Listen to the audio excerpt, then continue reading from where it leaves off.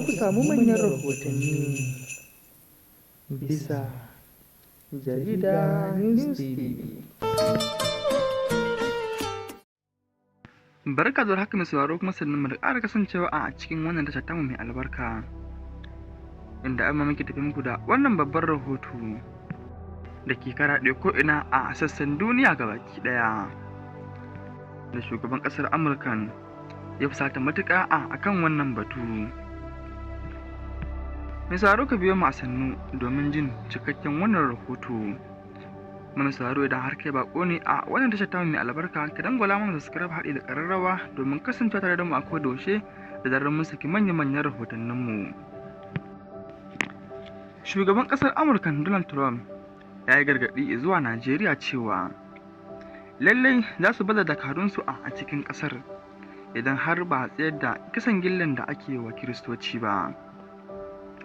Sannan kuma shugaban ƙasar Amurka ya fusata matuƙa a kan wannan batu, inda yake ta gargaɗin Najeriya lallai su ɗauki ƙwaƙwaran mataki akan kisan gillan da ake wa Kiristoci.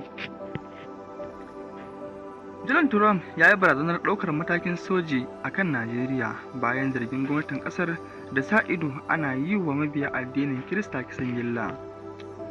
Cikin wata sanarwa da ya wallafa a shafinsa na dandalin Trump Social, Trump ya kuma yi barazanar dakatar da ba da duk wani tallafi ga Najeriya.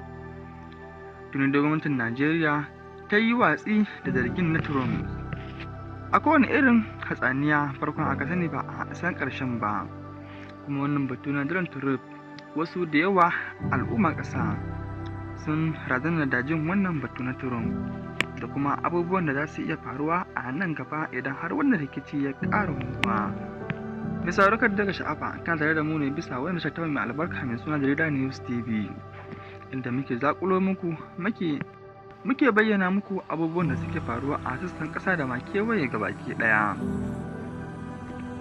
inda ma muke tafi muku da wannan babban rahoto domin warware muku zare da abawar yacce wannan lamari ya kasance.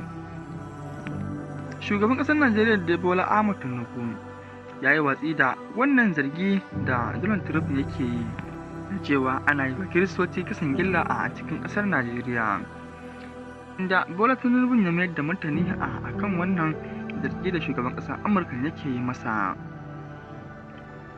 Misali ka ci gaba da biyan mu a sannu, inda za mu ci gaba da kawo muku cikin wannan rahoto nan ba da jimawa ba.